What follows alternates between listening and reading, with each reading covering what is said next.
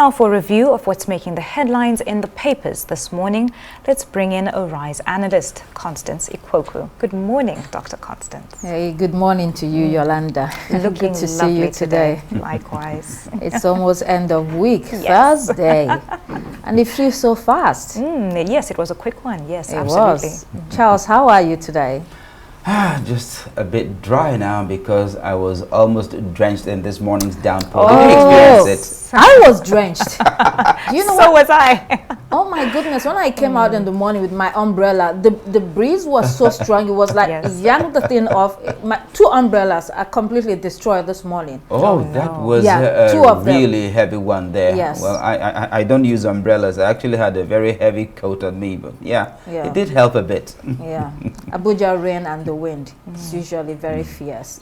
All right, looking at the papers with us today is Emmanuel Aziken. He is a columnist with Vanguard newspaper. Hello there and welcome to the program. We'll begin with This Day. In This Day, we're going to be taking two stories. First, NUPRC, Nigeria attracted $16 billion oil sector investment commitment in 2 years, and Tinubu to sign 4 tax reform bills into law today. This investment commitment, according to the Nigerian Upstream Petroleum Regulatory Commission, was possible due to reforms enhancing operational efficiency. Clearly, with the targets of the government to improve oil production by 2 million barrels by 2027 and 3 million by 2030. These reforms are definitely necessary. And to the tax reform bills to be signed into law by the president, this is a major development that is expected to change tax administration in the country entirely. It's going to improve earnings and will also enhance possibly the business environment. Well, like him or hate him, President Tinubu always gets what he wants. Your thoughts on these two stories, Emmanuel? Well, on the investment of $16 billion into the oil sector is a welcome development coming from the chief executive of the NUPRC. One would say that these investments have been opened up more potentials for the growth of the industry.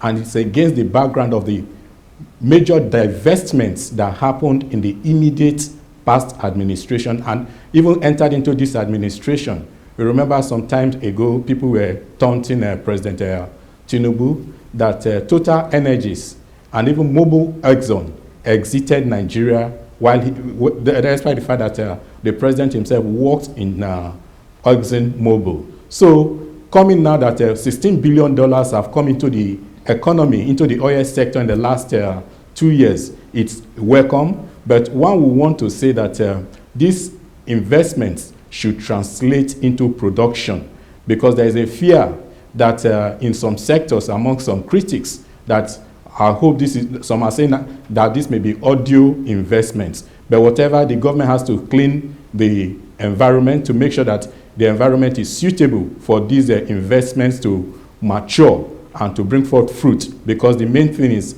let the economy expand, let the economy grow. Now, concerning the tax bills, I would give great kudos to President Bola Tinubu for bringing forth these tax bills, for he had the grit. In fact, at the time that people thought that he was going to destabilize his administration, but the president was head-on and saw to it that these tax bills were translated into law as it's going to be today. But one would also say, because one thing I must also add to that is that these tax bills will help.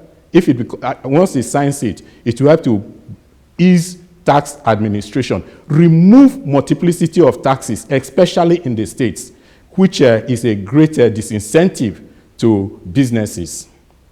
All right. Hopefully, that multiplicity of taxation that you talked about will happen, especially at the state level and even local government level, where it's difficult to trace this kind of things. And to the investments, there are commitments as of now. hopefully they will translate, like you said, into production. So let's see two stories again from a Daily Independent newspaper. Actually, one for Daily Independent. We'll have two for other newspapers.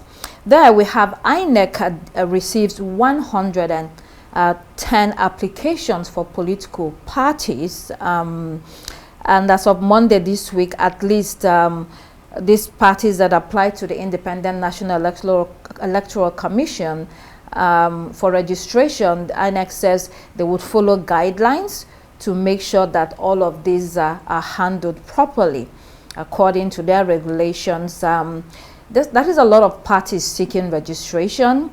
And why? I mean, this is primarily due to the perception that political participation, even at a very small scale, can be a means to individual advancement and to access to resources rather than genuine commitment to offering viable alternatives. Emmanuel, I wonder your take on this number of applications that we're having now.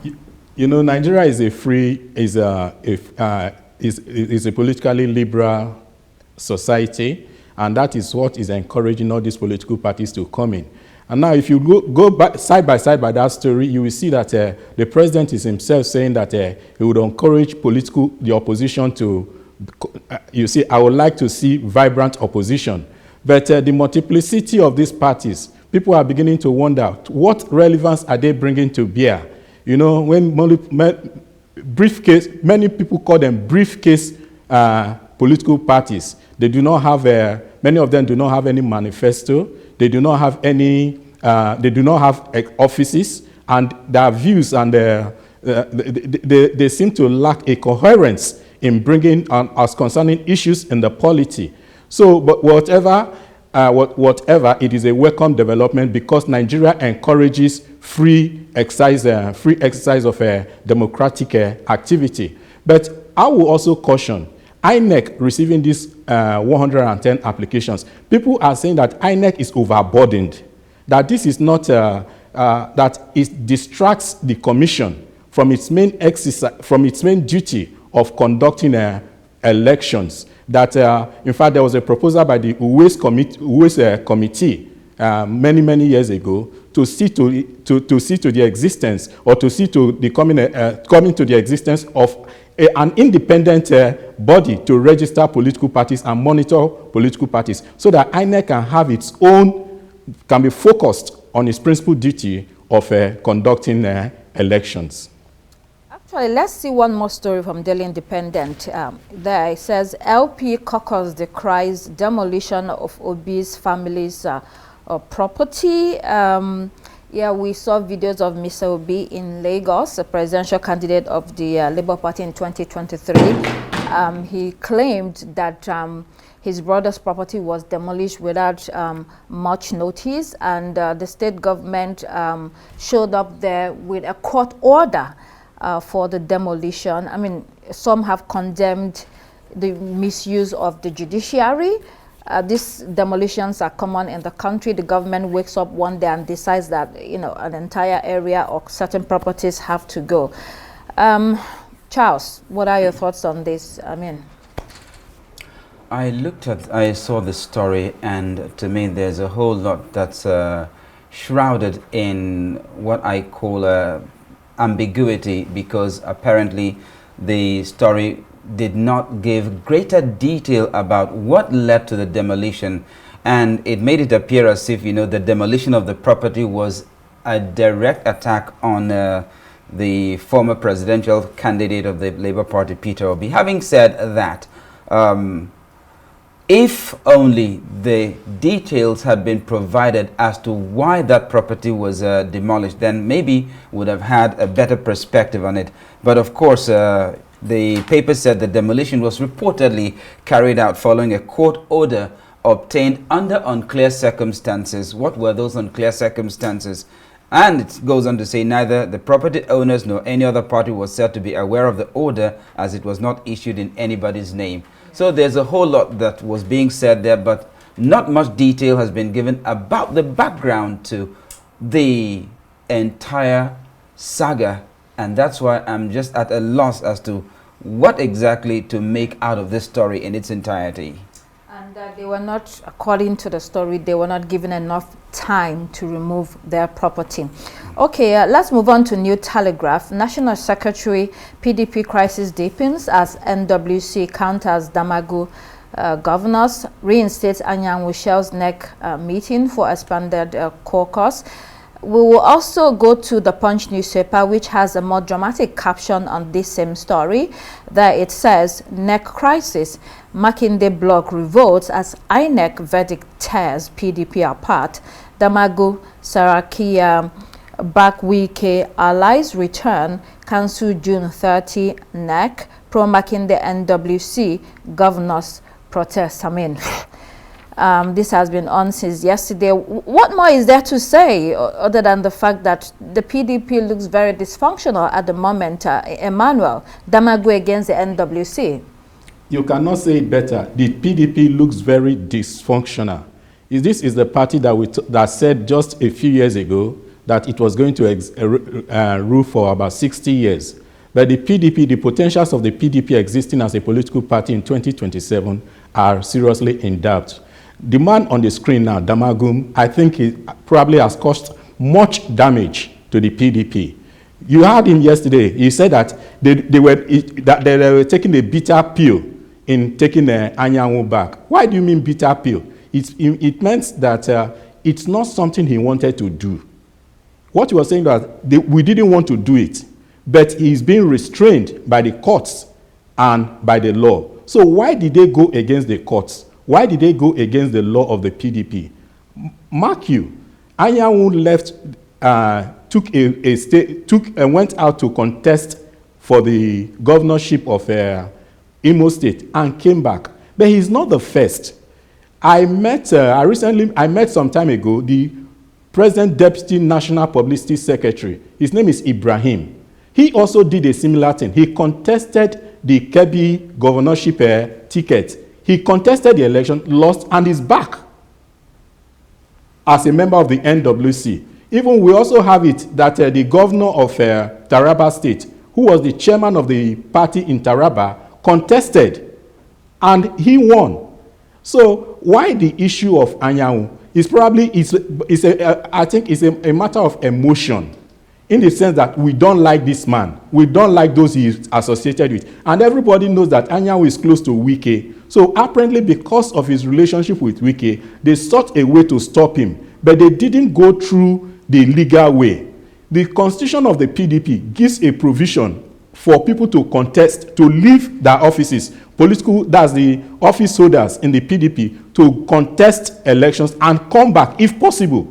So I think it's a matter of emotion. The PDP acting national chairman, Damagum, it is his lack of forthrightness, his lack of exaction of his will that has damaged the PDP, and it's so unfortunate. All right, we have to move on to the Daily Times. Ohaneza to governors will hold you culpable if Fulani militia strike southeast. The Igbo Socio-Cultural Organization said there are credible reports indicating armed groups have infiltrated the southeast, placing communities under potential siege. Ohaneze has asked the southeast governors to wake up from slumber, saying residents are reporting clandestine nighttime movements crossing into the east from Benue, Kogi, and other places. I mean, this alarm being raised by Ohaneze Ndibo can be understood against current happenings in the country. This is going on across the entire nation, Yolanda, and there's a general feeling that the government seems overwhelmed and people are just asking every day what is actually going on. And those are very good questions to ask. You see, with the current situation of insecurity in the country, it's really difficult to put the blame on any one individual or any one entity. But it's, you know, it's obvious that action needs to be taken. Without wanting to go ahead of myself, you know, we're even holding a story about what's happening in Niger State at the moment. Yeah, we are. Sorry, go ahead. No, go ahead, please. Yes, you mentioned Niger, and I said yes, we're going to also absolutely talk about yes. that, yeah. And you know, with that, it says that these bandits went ahead and what's the word I they could attacked use? two military camps in Niger Absolutely. State. Yes. And that also reminded me of some time ago when we had a similar situation in what's this prison called, Kuje, is it? When they were overrun by bandits. Yeah. And it's just so, why is the system so porous? Why, when we see that the military is being overrun by bandits, what kind of weapons do they have that is intimidating, you know, the military? It leaves so many questions. Who then makes decisions? What happens in times of insecurity when so many people are afraid for their lives? We're looking at what has happened over the past weeks, what's been happening in Plateau, in Benue State. It's quite a scary thing to talk about. Now, if I may weigh in here, I'm very glad that Ohaneze Ndigbo is actually raising the alarm. It may be preemptive, but I think they are doing a far better job than the governors of Benue and Plateau. Whenever attacks by armed herdsmen are imminent, there are always intelligence reports, whether from local intelligence sources or even the formal intelligence services. And you know what? Nothing gets done until it becomes too late. And then what do we try to do? We try to do damage control. And that is what has happened mostly in the North Central. Thank God the Southeasterners are already at alert. They know what had transpired in Benue. So they are trying to put the governors on their toes now. And like they said, if the Southeast gets attacked, they were going to hold the chief security officers of their states accountable. And I'm very, very glad that someone is thinking ahead. Yeah, the governors have to do more. And Yolanda, you've already mentioned Niger State. If we can pull up Guardian newspaper, that headline there talking about 20 soldiers, scores of bandits die in Niger clash. It's also reported in Daily Trust. Can we pull that up as well? There the caption says, soldiers, bandits in bloody clash in Niger, many feared dead. So they ambushed two military camps, and a gunfire ensued and many were gunned down. 17 corpses of soldiers have been recovered and others are being looked for in the bush. Really terrible situation over there in Niger. And then let's go on to the Guardian newspaper. Here we have the lead story. Amid weak social services, states stake nearly 200 billion on renovations. Okay, on to the international headlines. Daily Graphic, resignation not an option. Suspended Chief Justice of Ghana says she'll go through the process of a committee hearing on a petition against her in spite of calls for her immediate resignation. Then the Citizen newspaper, youth hustle to survive. Young people in South Africa are not unemployed but underemployed, which means they are all hustling for a living. Yolanda, sounds like Nigeria. We have a lot of people here who have 2 or 3 side hustles, they call it. And we're not talking only about Gen Zs here, actually. There are also other people, within the adult population that struggle for a living. Indeed, it's interesting that you mentioned Nigeria, because that was my first thought as well. I said, this sounds a lot like Nigeria. And the unfortunate part of this kind of report is that a lot of unemployment often leads to a lot of crime. And I guess that's what we're seeing a lot of in South Africa at the moment. It's been that way for some time now. But that also brings attention to what has been happening in Kenya, because there've also been the youth, like these Gen Z protests that have been going on. And if I'm not mistaken, a few people have died from that yesterday, about 8 or so. So this unemployment and tax issues, the economics in the country, they have a ripple effect on what happens. And if we keep saying stuff like, oh, our children are the future is now, and look at what's happening. And by the way, that Kenya story and the protests, they have to take the cake in organizing protests so far in Africa, because they do it consistently and they are really pressing their government. Let's see the Times newspaper. Trump hails a big win as NATO agrees to raise spending. There's a photo of North Atlantic Treaty Organization Chief Mark Rutte on the front page with President Donald Trump beside him. He referred to Trump as daddy. and was grinning from ear to ear throughout, a bromance in the making, I think. But, you know, NATO has targeted 5% of GDP on defense spending, and Reuters is, you know, crediting Trump for this, and the U.S. president, quite frankly, is lapping it all up. He likes the praise. He calls it a big win. A quick comment here, Charles, if you want to jump in. Yeah, daddy of the world. Yeah. One reporter yesterday asked him, if don't you think that is demeaning? I was like, no, I don't think so. Well, it actually depends on his intent, whether it's an endearment or whether it is sarcasm. But of course, I mean, his body language would have said it all. Now, as for Trump, I guess he has bullied the world to the point where he probably is getting his wish every now and then.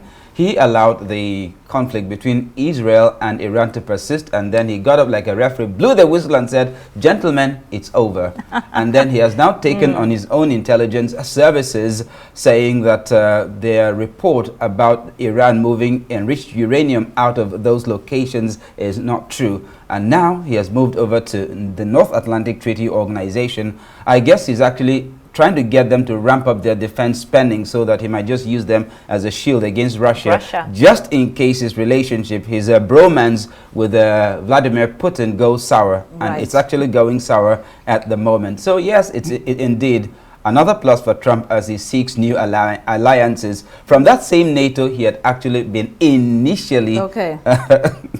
Mark, he said he's coming to Africa next. He's bringing the Congolese to the White House on Friday. Oh my. Yes. I mean, actually, the Congolese government invited Trump, President Trump, to come into the crisis between him and Rwanda. So they're trying to make deals, according to Trump. Deals, that's the word. Yeah, we can take our last story, but to that NATO defense spending, Spain is against it, actually. The Spanish woman was very, very upset yesterday and told, you know, literally told all of them off. Anyway, we have to end it here. What's his name again? My God. Emmanuel Aziken. Sorry. Emmanuel Aziken, columnist with Vanguard newspaper. It's always a pleasure to have you very early in the morning. Thank you. And it's been a pleasure having you drive today's newspaper review, Dr. Constance Ikoku. And that's all we have time for here on Daybreak. I'm Charles Eruka. It's goodbye from me. And I'm Yolanda Robert. Please do keep it here on Arise News. The morning show is next. Bye-bye.